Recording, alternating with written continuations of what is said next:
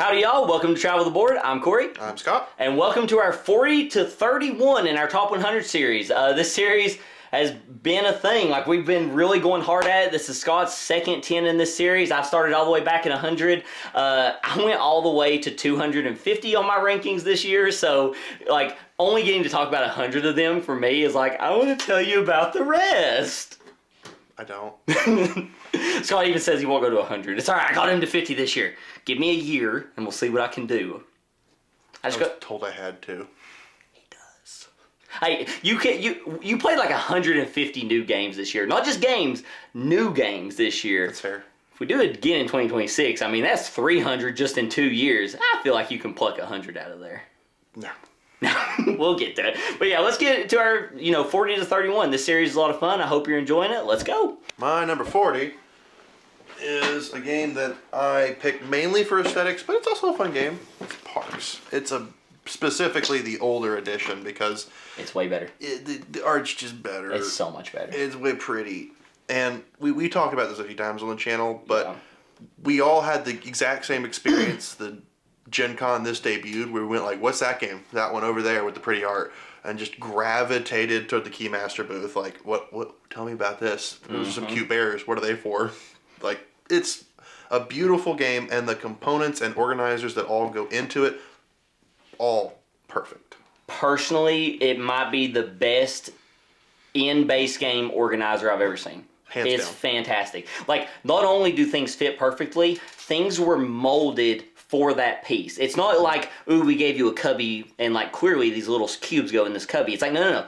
Everything was molded for that piece. It fits, like, there's no question where things go. I really hate when you go to box up a game. Like, I understand some games are small. It's like, just throw it in the box, it's whatever. I hate when you've got a game that's got a lot of components and you're like having to guess where stuff goes. This one's like, nope, it goes right here. Nothing else goes there. Yeah, it can't go there. The expansion for this one's great. I really don't think I would play this one without the expansion. Like, for me, like, new people, whatever, but for me, I want to play with the expansion. I don't feel the same about this one the way you do. It's 167 for me, so I really enjoy it. Like, I like it, but it's I feel like it never leaves my shelf is my problem. It's like, I always feel like there's just something else I want to play for me. And it's like, also, like, this isn't a long game. It's a pretty quick game, but I get a very similar experience in a 15-minute version of this in Trails. Yeah, but this is a cozy game. It is. If I want a cozy game, I want not a long game, but a little bit more meat on the bone. Yeah, no, I don't disagree. I think for me, it's just that. It's like the fact that there's a quick, small 15-minute version, and the fact that, like, a lot of the times I just feel like I'm reaching for other stuff. I think me and you always kind of feel a little bit differently about this one. But I get it. I'm not going to argue I get it. It's a good game. Those are my reasons for reaching for other stuff. All fair. Yep. Parks. It's a good game, though. And also the only person on the channel that people see regularly who just have the flat-out wrong opinion about the art is Lucas. He likes the new version because he's just wrong. I mean, we're all wrong about some things, Corey. I've said this before on channel. I'll get it out there real quick. If Parks had come out the new version originally, it's not bad art. We would all enjoy it. Yes. But in comparison, I don't know about it. Yeah. So, all right, my number 40. Let's go to 40. 40! My number 40 is down 17 spots from last year, but honestly, when you think about all the games I played this year that could have jumped it, that's really not that much. Especially for a game as iconic as this. A lot of people argue that this game is one of the #1 games that got people into board games. You've got, like, if people were making, like, top 10 of that, which people have, you've got Catan. This might be number 2 because it brought over all the Scots of the world, the RPGers. Lords of Waterdeep. If people played RPGs and you wanted to introduce them to board games, this is what you pulled out. Like, correct. It's just the game. It's also for me, like, I play RPGs, but I'm not an RPG guy. Like, that's not what I'm known for. I'm the board game guy of the group. It's just a great worker placement game. Like, if you don't even like RPGs, because there's no storytelling in here, or at least none that you don't just tell in your own brain, really. There's a little, like, there's some, like, immersion storytelling, because, like, you get quests that you complete. I mean, yeah, but at the same time, that could have been a lot of other things, I feel like. So, but for me, it's just a great worker placement game. I love My favorite part of the game is that you buy the buildings and place them out there, and when people use your buildings, you get benefits. Yeah. It's my favorite part of the game. Yeah, for the longest time, this was the worker placement game, at least in my opinion. It was between this and Stone Age. For sure. Yeah, like there for years, that was the argument, was this and Stone Age. And this is the more aesthetically pleasing of the two, and 100%. Stone Age is the more mechanically complicated of the two. So. Correct. Well, and also in Stone Age, a lot of people don't like the randomness of the dice, whereas Sure. this one doesn't have that. Yeah. I'll tell you my biggest annoyance with this game is when you have a fantastic turn lined up, but you can't combo completing cards in one turn. You have to wait till your next turn to complete a card. And I'm like, I gotta waste a whole turn to do that? I could do 3 this turn! Like, I'm over here like, I'm too good at the game that the game won't let me be this good. That's why you stagger your turns earlier, Corey. But I'm using the rewards from this one to complete that one to complete that. I'm just too good. Sure. Also, this is a random thing that you don't know. So the expansion for this, Skulls of Greyport, has been out for many years, and it has been on my list to purchase for many years. And last week I bought it. It's over there. Oh, cool. I own it now. I own the expansion finally. So honestly, I could see this somehow going up the list next year once we add the expansion.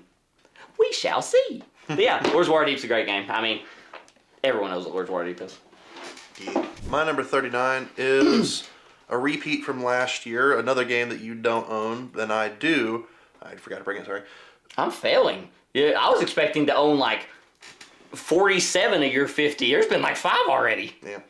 Well, this one scratches a very specific itch I've had since I was a little kid, and that is choose your own adventure games. And it's my favorite. I could understand why most people wouldn't pick it as their favorite, and that is Seventh Citadel. Because a lot of people think of Seventh Continent, because that was kind of the first in the series, which has more of that Indiana Jones kind of feel. Seventh Continent, when it came out too, was like uber hyped. Like it got like levels of Sleeping God hype when it first came out. Like it was everywhere. You saw that box and like, oh, that looks like a pretty big box, and you realized it was wall to wall cards. Like there's something like 300 or 400 cards in that thing, and Seventh Citadel adds on top of that. Like there's so many cards and so many options, and like yes, there are other discovery games in that vein. There are some that are easier to set up and take down, but I just really like it. I like having you turn 3 times and you've died. Now you don't have to do that again. Yeah. I enjoy that. No, that's fair. Yeah, I've never gotten super into these kinds of games, primarily because of the investment. Like, they are an investment game. For sure. And, like, it also feels like the thing that's, like, this is a game that I could see people playing solo. Like, I wouldn't, but I could see people playing this one solo. But it's a game for me that's, like, I want to sit down with, like, 1 or 2 people and just get invested. Oh, like, for sure. Let's dive in on this sucker, you know? That's not an easy thing to do. Like, you have to plan it, have the right people in the right place at the right time. So like it's not as easy to hit the table as like, let's just play Azul. You know what I mean? And it's also one of the games I don't really mind if I die early on in the game, because then I can kind of just watch my friends like, oh, you're gonna turn that corner. Like it has like a very unique gameplay loop where like if I play it with someone else who hasn't played it, I don't have to tell them that's a blind turn. I can watch them make the mistake I made before and be like, yeah, that sucks, dude. I've been there. That's fair. This is one I would like to get to the table. Just knowing about the game and hearing it, because I've not played this, obviously. It feels like one that wouldn't crack my top 100, but it would be an experience that I would like to have. Like, there are games that, like, I look at them and I know going into them, just shoot a number out there, like, this will be a 7 for me. Like, I know it, but I still want that experience. Like, I want to play it. Yeah. You know what I mean? Like, even if there was a top 100, there would still only be room for one of these games on my list, and this is the one I picked. Yeah, that's fair. I don't disagree with, like, you know, picking between the things. I've got multiple things like that. Yeah. A lot of the times, and some people hate this, because, like, just for example, I've got all 3 West Kingdom games on my, you know, top 100. Some people would be like, just make one slot, you know, the West Kingdom series. And I'm like, I don't know. They're different enough to be like, they all deserve their own spot. Yeah. Like, maybe I would do that if all 3 were in 110. Like, they were all like 41 to 50. I would probably do that, but they're spread out, you know. So, but whatever. All right, my number 39 is a game that was on my top 10 games we championed. These are the 10 games that we chose that, like, Corey will ride or die with these games. When you think of Corey, this is his games. Harbor. We talked about this. So many of us got into gaming watching Will Wheaton's Tabletop. I watched Matt Mercer and Will Wheaton and all of them play Harbor on Tabletop, and I fell in love with it. I was one of the first 20 games I ever bought for my collection. It's literally an OG for me, and it'll never leave my collection. I got the little, if you want to call it an expansion, the little promo card upgrades with the extra buildings and stuff. So I've got everything for it, and I just love it. I love the different powers in the buildings. I love the stock market aspect of cows are now worth $2, not $4, because someone did a thing. And I kind of love the in between turns. Don't waste your time planning. It won't work out. Just when your turn comes, do a thing. If wood is worth $4 now and it's Scott's turn, by the time my turn's over, it won't be worth $4. Just stop your planning and just wait for your turn. I kind of enjoy that. Stonks. Stonks, yes. Yes, just give me the stonks. The Harbor's one that I understand that it's not the most popular game. I get that. There are a couple buildings in it that are just straight broken. They are just straight broken. But I don't care. It's just, this falls into that fun. I just have fun. I love looking at the silly art and making and cracking jokes about it at the table. It's also kind of a nostalgia game because you think back to Matt Mercer and Will Wheaton and them playing it and all that. So it's also got that nostalgia factor to it. But Corey looks at some games that have a little market in the corner of the board and he goes, but what if we did just that the game? Literally, yeah. That literally does happen. We'll play big games. They'll have one little corner, something like a market or tracks or something, and I'm like, I don't care about any of this. That. Just that. What am I doing in this game? That. I've done it in multiple large games we play. But yeah, that's Harbor. I love it. My number 38 is, in my opinion, the push your luck game. It's not even close. And that's Quacks of Quedlinburg, or the new version, just Quacks, but the art is different. I prefer this version, and clearly Corey does as well. But they're the exact same game, and the art's not that important because you mostly just see your cauldron as the board. It's the box art. Come on. It matters to me. It matters quite a bit to me. If I'll say it, if Quacks had come out this year with that art, it would have, I feel like I would have bought the game eventually and loved it just as much because the mechanics are the same. Mm-hmm. But I feel like it would have been a much harder sell for me. I don't know when I would have picked it up because I would have looked at the art and been like, I'm not feeling this. No, you would have seen that spiel and been like, talk to me. That's fair. I probably, yeah. That's what you would have done. That's fair. I'll give you that.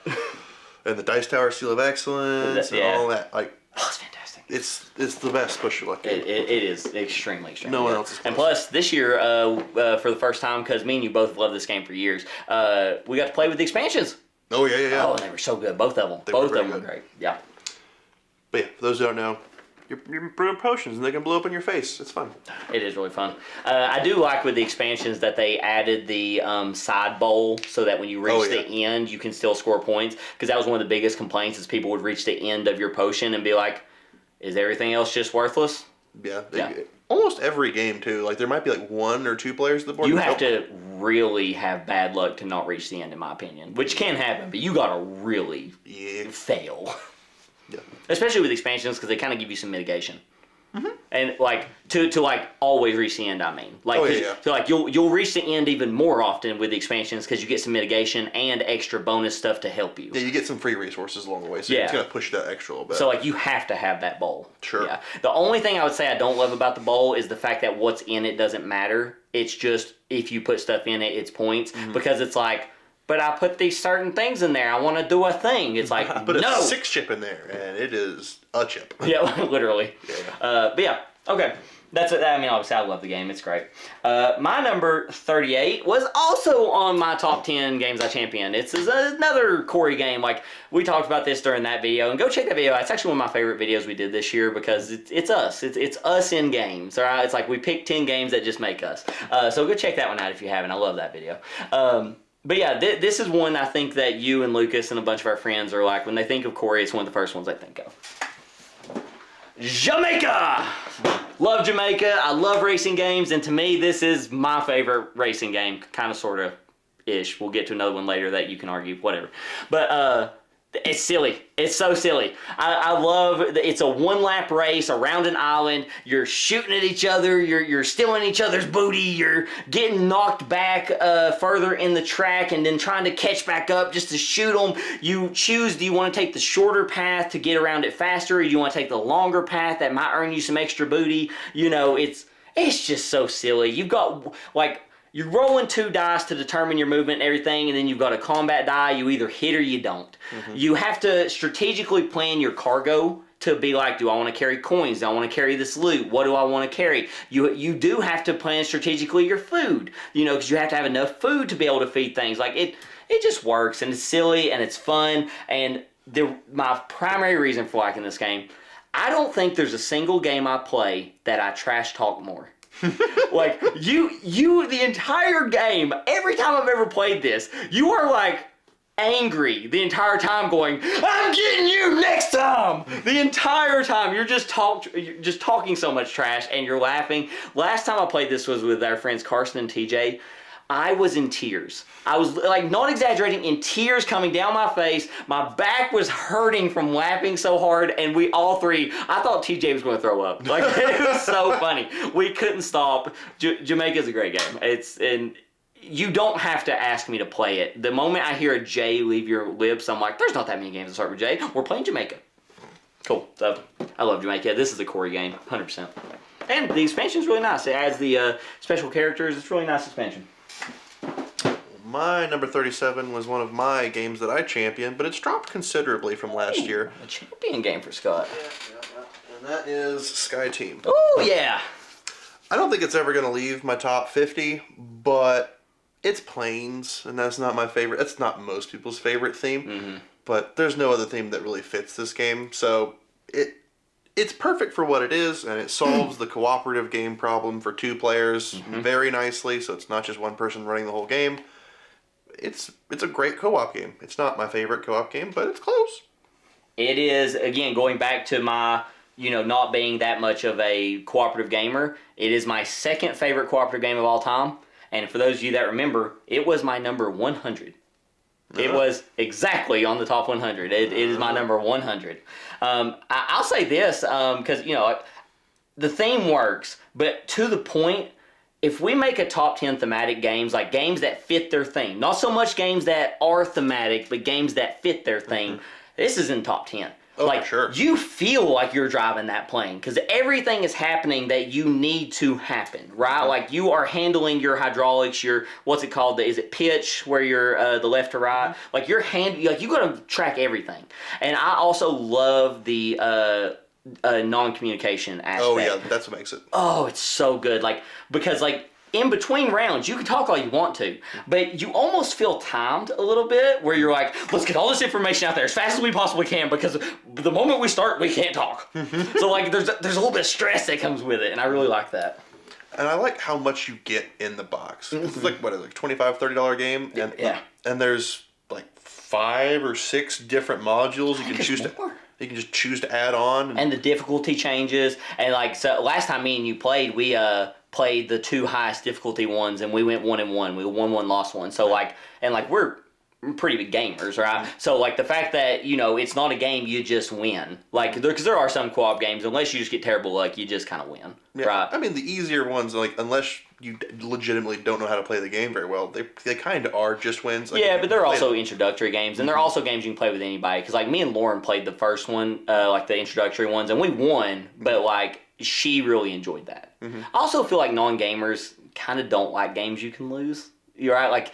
What I mean is, like, if a non-gamer plays a game, like, they kind of want to win, like, more than we do. For sure. You know what I mean? Like, we just want to play a cool game. They want to win. Yeah. Well, they don't want to be punished for playing a game. Correct.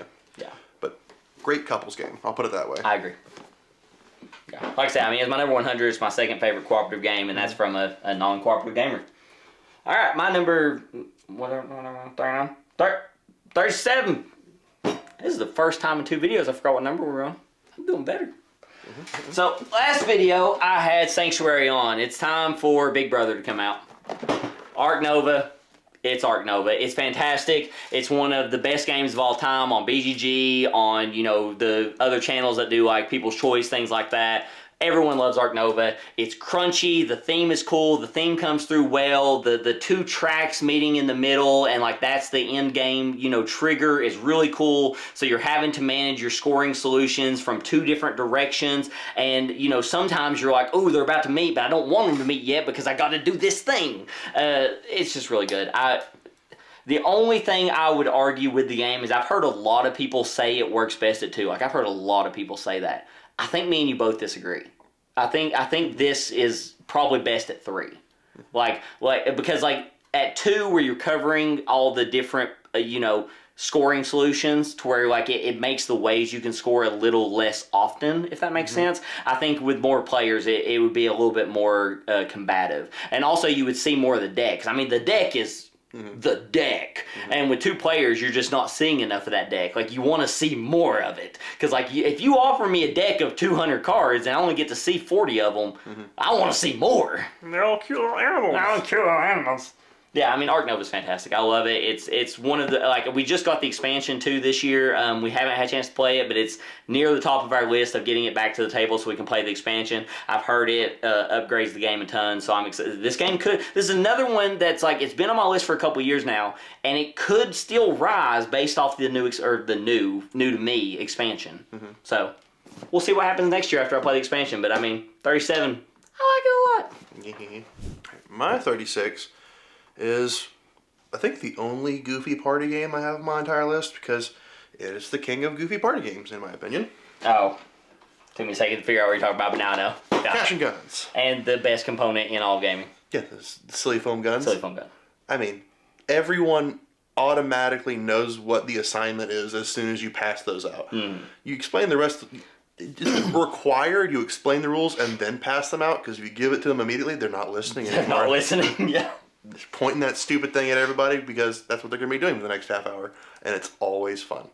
Always. I love bluffing games. So not just the silly funness of the guns and stuff, whatever. I love the bluffing in it. The bluffing is so good. Because there's actually, the last time we played, I'll never forget, because I was like, let's try and game this bluffing a bit. Because, we've got some gamers at our table. Me, you, Lucas.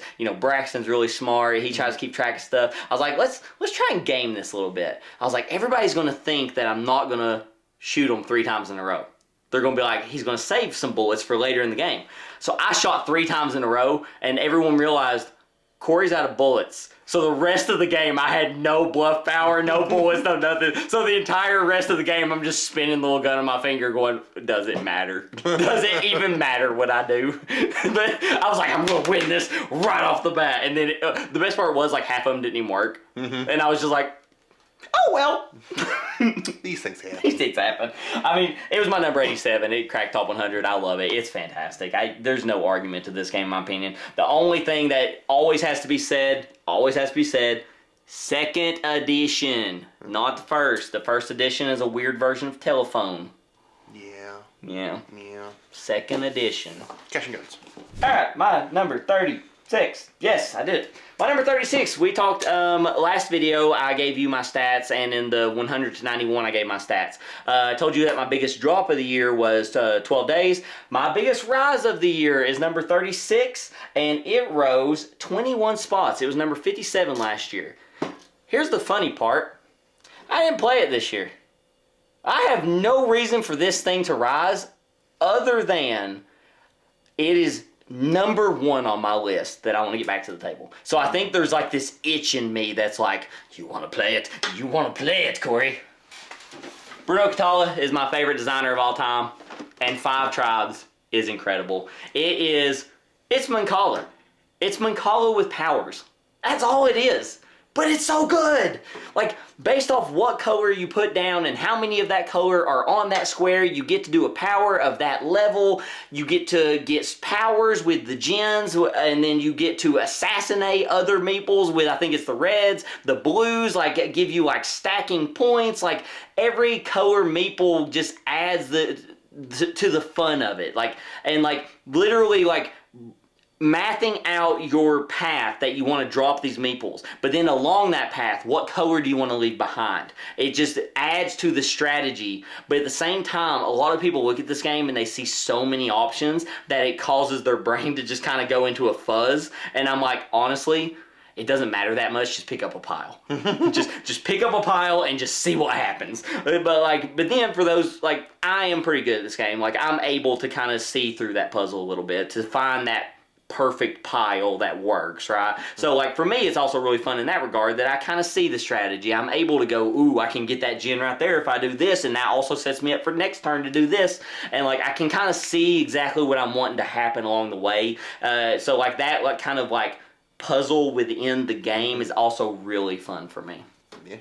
Yeah, and, I mean, Bruno Catala is by far my favorite designer. It's not even close. So, but I'm itching to get this one back to the table. I've not played it in probably a year and a half, maybe 2 years, and I love it. And plus, some people have mixed feelings about it, but Days of Wonder's art is always a knockout for me. So, good art, good designer, good game. 5 Tribes. Like, I feel like this is one that's almost getting lost to the years as well. A little bit, yeah. Like, people are starting to forget about this game, and I think that is a crime. This is going to join another Bruno Catala game for me, Shadows, that I will, like, always remind you about. Don't forget 5 Tribes. But yeah, it's my biggest rise of the year. Almost entirely just that I want to get it back to the table. Okay. My number 35 is a game that I've heard about for a long time, and I finally got to play this year at a convention. And it's the only social deduction game I think I have on my list, and that is Deception, Murder in Hong Kong. And I enjoy it a lot, mainly because it's social deduction with a proctor, and the proctor's doing more than just telling people what to do. Because that's the shortcoming, in my opinion, is if you're the person running the games, more often than not, you don't get to have fun. Yeah. But this one, the proctor can have fun, because they're kind of choreographing the dance between the players trying to figure out the mystery. But my favorite part of the one time I have played it at a convention was I was the murderer. Yeah, you are. And I knew it, but no one else did. And I was so mad about it. I was like, it's this man! But I employed psychology. You did. Literally everyone had, throughout the course of the game, decided to stand up and lean over and look at all the clues. And I realized I'm the tallest man at this table. I can't allow myself to stand up because they'll see me as a threat. So I just kept making myself smaller and smaller throughout the game until at the very end of the game, when they like picked the murderer and they all got it wrong, I'm like, who's the only one sitting? It is I, the murderer. Well, it was one of those scenarios that because we were at a convention, we were playing with all strangers. Yeah. So, like, everyone there is, like, trying to figure out what everybody's doing, which is kind of the perfect scenario to play a game like this, is with strangers. Definitely. But at the same time, as your friend at the table, I'm sitting here going, I know this man. I know how he thinks. I know it's him. It's this man. Yeah, that didn't happen, though. It didn't happen. He won. It's really good, though. It is my number 92. It's in my top 100. We were talking about this the other day. We were actually at the gym and talking about social deduction games, and I was like, I only need 3 or 4 social deduction games in my life. Like, I'll play other ones, but, like, I really only need 3 or 4 that do a little bit different things, and that's what we'll do. Deception, I think it'd take a lot to knock it out of my 3 or 4 I own. Like, it does it so well. I don't need to own any. Honestly. Is it because I own them?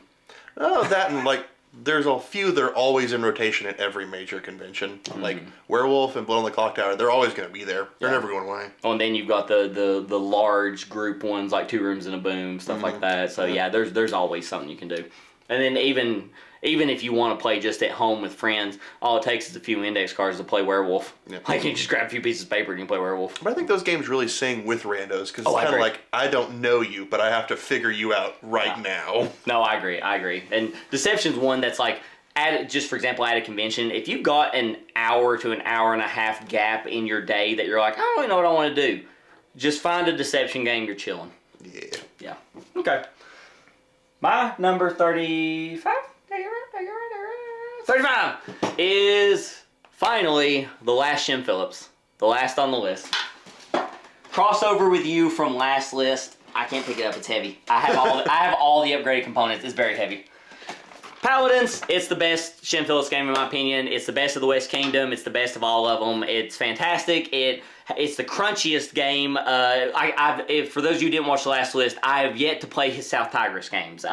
So of the West and North, at least, that I've played, it's the crunchiest. It's the most well-made, in my opinion. You've got the most going on. It's the deepest strategy, and it's just really well-made. I think the scoring opportunities in it are fantastic. I think the scoring opportunities is one of my favorites in this. The way they kind of mold together and they kind of play off of each other, I think is really fun in this one. But yeah, it's Paladins. We're not going to beat this horse to death because we've talked a lot about Shem Phillips games. I think, if I'm not mistaken, we're both done now. Yes. Yep, so this is the end of Shem Phillips. It made it all the way to 35. He's awesome. Garfield Games.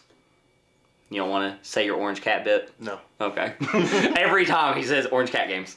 But yeah, this is the end of the line, but Paladins, we both agree, is the best one. He's yet to play some of them, but we both agree this is the best one, and I really love it. So if you're thinking about getting, I'll say this though, if you're thinking about getting a Shem Phillips game, I said this before, don't start with West Kingdom, in my opinion. Don't start with Paladins, even though it's the best. Start with Raiders of the North Sea base game. I think it's the best starter one. If you love Raiders, then move over to Paladins. That's fair. All right, my number 34 is probably a much higher on many other lists, and it's the war game that's not actually a war game. It is Oh, that's not what I was... Scythe. That's also not what I was expecting you to say. I mean, this is a resource gathering game. This is a Euro game with minis. Yes. But it's really good, and the theme is so cool. I don't remember, like, maybe somebody else who, like, wants to go back and watch last year's videos for comparison or whatever, will remember how high this was on your list last year. I don't remember. I bet it was probably in your top 10. Probably. So, that's the argument I'm making. It's 34 this year. Yes. You played some good games this year.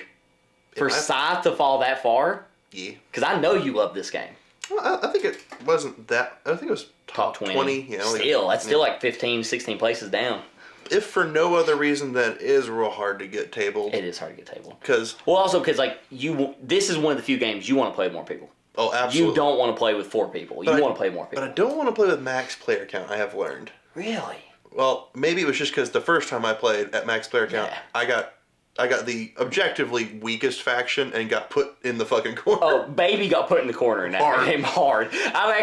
So there's 2 experiences in my life that I've seen someone effectively taken out of the game that they might as well go home. It was that, and then the famous time that me and Lucas always talk about when I play Game of Thrones. Oh, yeah. Those are the 2 times that literally, the one happened to me and the one happened to you, that we could have just gone home.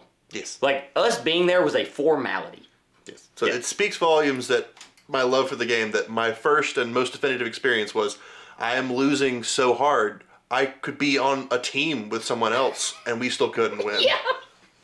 I understand your point. I think it works best at max player count because I think it balances the factions area. Mm-hmm. Because like if one faction, like let's say you play with one less faction, mm-hmm.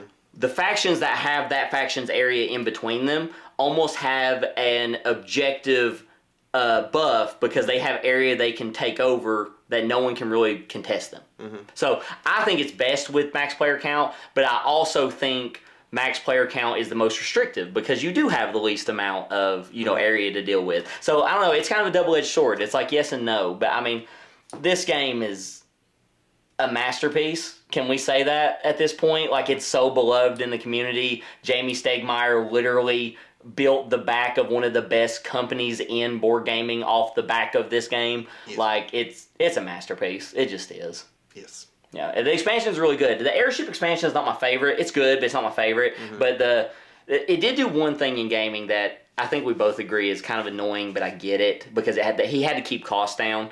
I hate when you don't get the whole game on release because he had the expansion that added the final 2 factions, but the board with the base game had the factions on it, but you had to buy the expansion to play with those factions.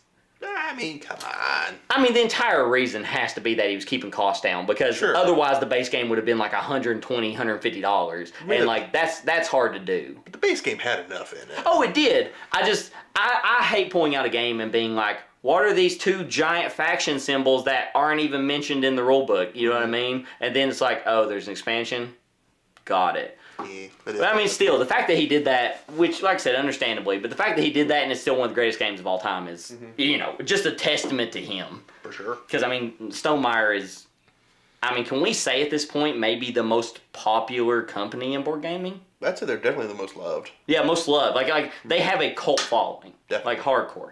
Yeah, because neither one of us has got to play his newest one, Vantage, that came out this year, and it's all over Facebook and BGG. It's everywhere. I'm trying really hard not to look at it. Yeah. But anyway, obviously it's Scythe. It's great. It's fantastic. My number 34 is a game I don't own. It's a game I want really badly. It's a game I love. It is the Castles of Burgundy. It's classic at this point. Everybody has played, heard, seen Castles of Burgundy. It's beautiful. It's a great game. I want the Mega Super Daddy version so badly because it was my first experience with the game, actually, was the Super version that came out like 1-2 years ago or whatever. And like upgrading all of the little cardboard pieces to plastic and then having the minis and having all the expansions. Oh my god, this game has so many expansions. There's like 7 or 8 expansions and they're all like kind of modular where it's like you just kind of stick them in where you want them. I kind of like that. My favorite one's actually the Vineyard expansion. The Vineyard expansion is so fun where it gives you like the double tiles that you can integrate and you like have to go up the platform levels. Oh, it's so good. It's one of those games too that's like you don't want to play with every expansion. That's too much. But it's really fun to have the playability, especially out of that big version box, to go, and this time we're going to play with expansions 2 and 6, and then 3 and 4, and then you find your favorites, and you kind of mix them in. It kind of gives you that Honey Buzz-esque thing that's like, you've got a bunch of different modules. What do you want to mix in? But yeah, Castles of Burgundy, it's a classic. It's literally top 10 for so many people. I can't remember where it's at in the top BGG top 100 now, but there for a long time it was really high, so I can't imagine it's dropped too far, but it's Castles of Burgundy. So that's my number 34. I'm not going to say much about it for now. You'll hear more about it in a later video. Really? Yeah. I knew you liked it. I didn't know you liked it that much. Yeah. Dang, okay. I played a lot of it last year. I'm shocked that you like it more than me. Yeah. Because you know how much I love it. Yeah. Dang, okay. That's good. That's a nice little teaser. Okay. Right. My number 33 is a game I don't own, but of the games I don't own, it's probably the one I've played the most, or the longest, and it is the war game in my opinion. Oh. There are more accurate ones, there are more complicated ones, there are ones that might even be more fun, but if you want to play the war game, it's Axis and Allies. Easy. Well, not easy, but easy pick. Yeah. It's... I must say, the hardcore war gamers out there are like, have you heard of this game that only 14 people have played? Oh, yeah. And they're all like that, too. Yeah. Like, I have no desire to play Advanced Squad Leader. Yeah. I know it has rules for the Italian troops needing more water to cook their pasta. That doesn't sound fun.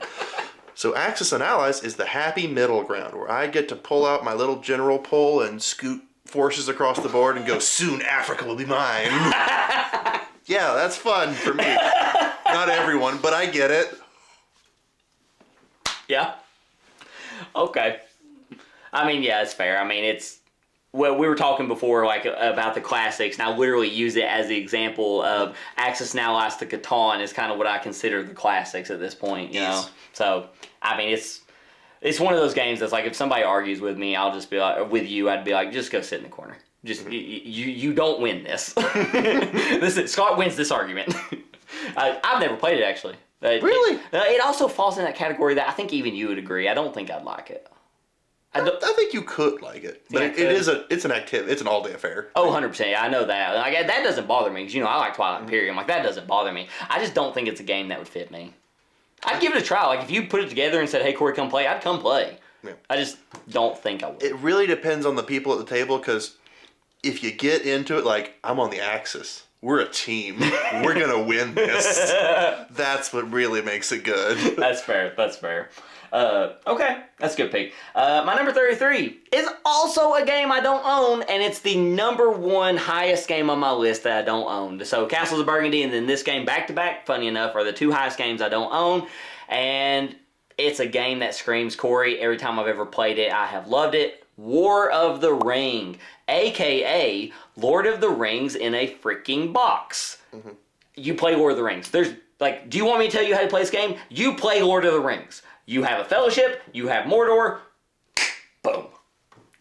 That's it. Like, you are controlling your armies and like trying to take over area control type details. You've got your little fellowship, you've got your hobbits trying to make it to Mordor. Both sides have multiple win conditions, so you have to kind of keep track of what the other person is doing over here while also monitoring what's happening over here. And then, I love a hidden movement, so having the hobbits move around is really fun for me. It's a beautiful game. It is such a well done game, well done made game. I think it's still, I could be mistaken, I think it's still top 10 in BGG's top 100 of all time. Like, it is a beloved game. The IP is the IP. I mean, literally, Lord of the Rings is one of the greatest IPs ever made in human history. It's fantastic. So yeah, we talked to the last list about Star Wars. Star Wars Rebellion. How that's Star Wars in a box. If you love that, go for that. If you love War of the Rings, go for War of the Ring. They do similar things in your heart. But yeah, War of the Ring's fantastic. And War of the Rings is one of those games that every convention I've ever been to, there's always a table with people playing. Oh, 100%. At least one. And I'm like, not even board game convention. I mean, every convention I've ever been to, Dragon Con, any of them, there's always one table in the gaming hall that's like, they're playing War of the Ring. I can tell from here. Well, and plus, I haven't got to, but there's all the expansions. I haven't even got to play with the expansions. Like I'm really hoping I own it within the next year. And the moment I own it, I'm buying the expansions as well. Because, I can only imagine the heights it could reach for me. Like, it's 33 right now. I don't know if the expansions are great, but if they're great, can you imagine? Like, oh my goodness, for me, I could see it just skyrocketing. We'll see. We'll see. My number 32 is probably going to surprise you. Okay. It's a game we played for the first time this year, I'm pretty sure. Okay. It's Terraforming Mars, the Ares Expedition. Ooh! So, let's go ahead and ask the question, and we might spoil your list a little bit. Is it higher than base game? Base game's not on my list. Oh, snap! I'd much rather play Ares Expedition. A lot of people agree with you. I disagree. A lot of people would agree with you. I mean, don't get me wrong. If he was calling me up tomorrow and saying, hey, I want to play Terraforming Mars, you'd be like, hell yeah. Yeah. It's a very fun game. Very but fun. If you're playing with more than a couple people, the A and P gets out of control. It does, for sure. So this gives me all the same feels and a much tighter form factor, and we can play the whole game in an hour and be done and have terraformed Mars. We did it. Yeah. This I think is my favorite game that does the mechanic kind of like Ark Nova and Sanctuary. That's like you've got your 5 cards, you pick which one you want to do, and everyone's kind of doing that thing. Ark Nova and Sanctuary is not the perfect example, but you know what I mean. Like everybody's got the same options, and you pick one, and that's what you're doing. And your opponents get like a lighter version of whatever action you picked. So trying to game the system, like, okay, if I pick the same thing he does, what does that do for my next turn? Right. Well, and my favorite part is they're numbered 1 to 5. I really need number 3. Number 3 is the perfect turn for me. But I also think Scott needs number 3. So I can pick my second best option and get both. But then you were wrong and Scott didn't play 3 and you're screwed. Yes. I love that. Yeah, like trying to game the other person and then failing. Yep. or succeeding. And the title on the box is very apt that this is the Terraforming Mars card game. Because they also have the Terraforming Mars dice game, but it doesn't have the blank expedition. They don't try. They literally call it the dice game. Like, hey, this is very different. But calling this the card game is very apropos because I enjoy Magic the Gathering, and this tickles some of the same neurons where I'm comboing off cards and tapping stuff. It fills that niche very well. Yeah, and the different routes of scoring you can go into with this one is pretty depthful. It's not a top layer thinking game. You can branch pretty heavily. And you also kind of got to plan pretty far ahead because you get one of those expensive cards and you're like, all right, either I can blow my whole load on this one card or I can plan to make it cheaper. I can plan for it to combo. You got to plan pretty good in this game. And you can actually make animals worth it in this game sometimes. You can. In the base game, good luck making animals pay off. Is this going to be, you just said that, you put it out in the world. Is this going to be one of those moments like our villainous video where everybody's going to get in the comments and go you guys suck? Sure, go for it. If you have won Terraforming Mars with an animal strat more than once, sure, tell me about it and I'll call you a liar to your face. Literally, I can't pull up the villainous video without just another comment of, Well, maybe if you didn't suck, bro. Sure, man. Sure. Everyone's top tier with Hades. He's the best. We all know it. Sure.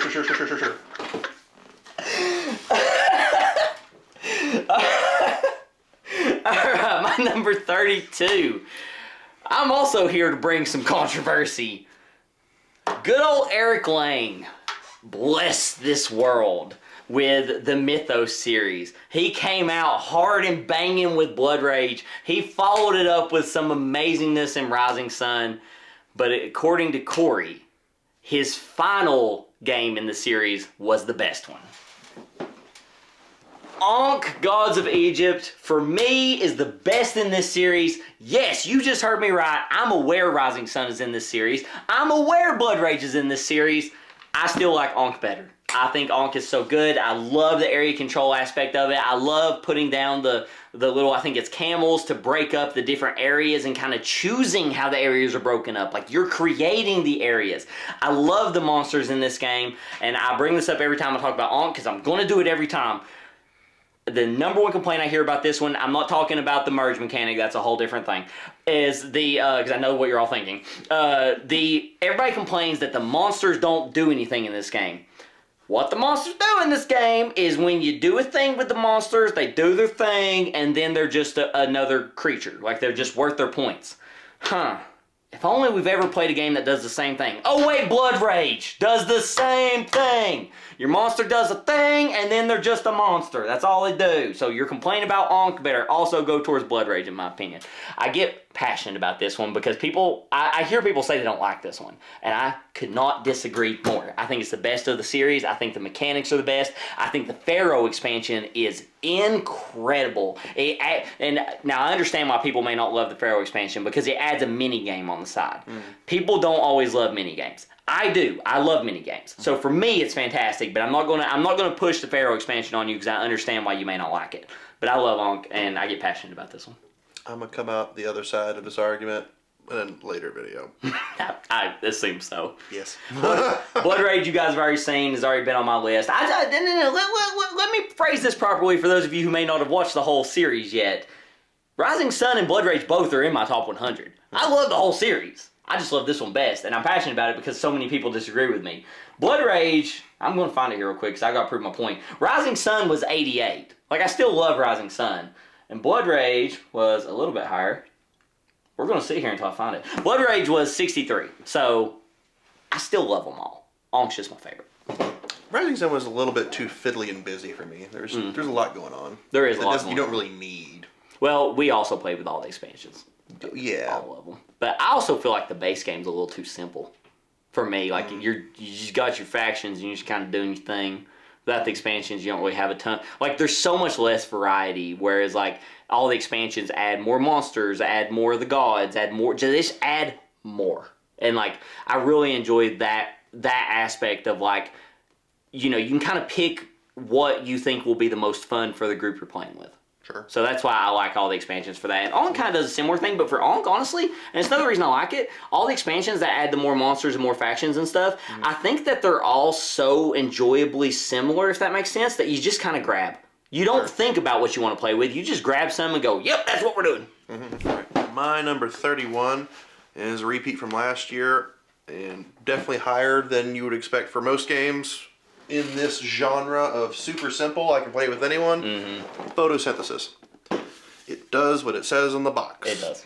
You make trees. You get more sunlight, you make bigger tree.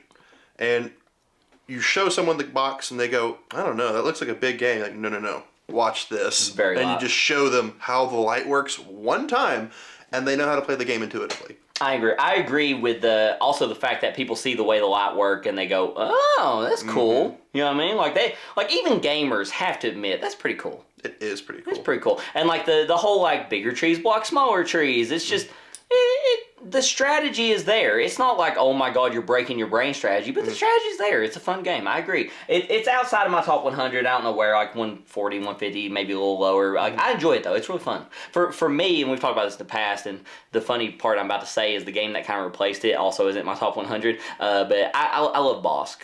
Like if I want to play a tree game, I'm leaning towards Bosk. But they don't do almost anything the same, but they give you the same feeling because they're tree games. But I just really enjoy Bosk. But Photosynthesis is fun.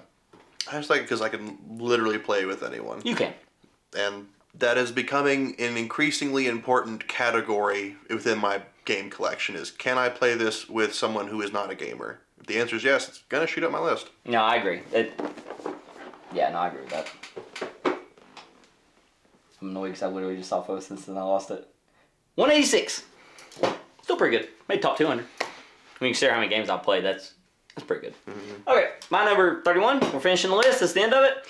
So in the last list, I had Raiders of the North Sea, and I talked about how there are 3 Viking/Norse-based games that I love the base game, but if you ever give me the opportunity to play the game, I will play with both expansions. This is the second of those 3 games.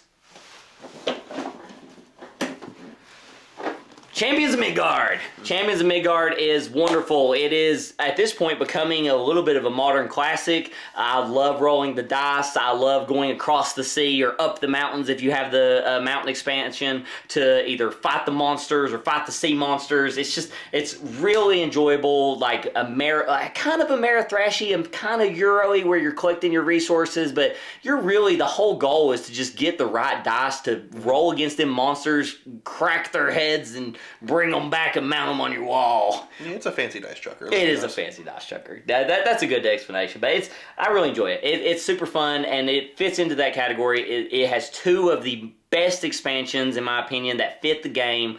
Like Valhalla is most people's favorite expansion because it allows you to take those people that you lost and died and get to kind of use them still because you get to pull their little tokens back from Valhalla or whatever. I really like the Dark Mountains expansion because it gives you a choice of where you want to fight. Like, do you want to go up the mountain or do you want to go across the river? What do you want to do? Like, you got to kind of plan for both in a way. But regardless, I wouldn't call the 2 expansions essential, like you have to have them, but if you're asking a game that's like, you should get them, it's this one. And I've got my 10th anniversary edition coming in 2026, which I'm really excited about because it's like the big version. It's got the expansions in it. It's got the Jarl stuff in it. It's got the playmat. I'm really excited for my big version to come, and we will be playing it then. But yeah, this is a fantastic game. I love it. It hasn't felt much, because we're at that point where games have fell on my list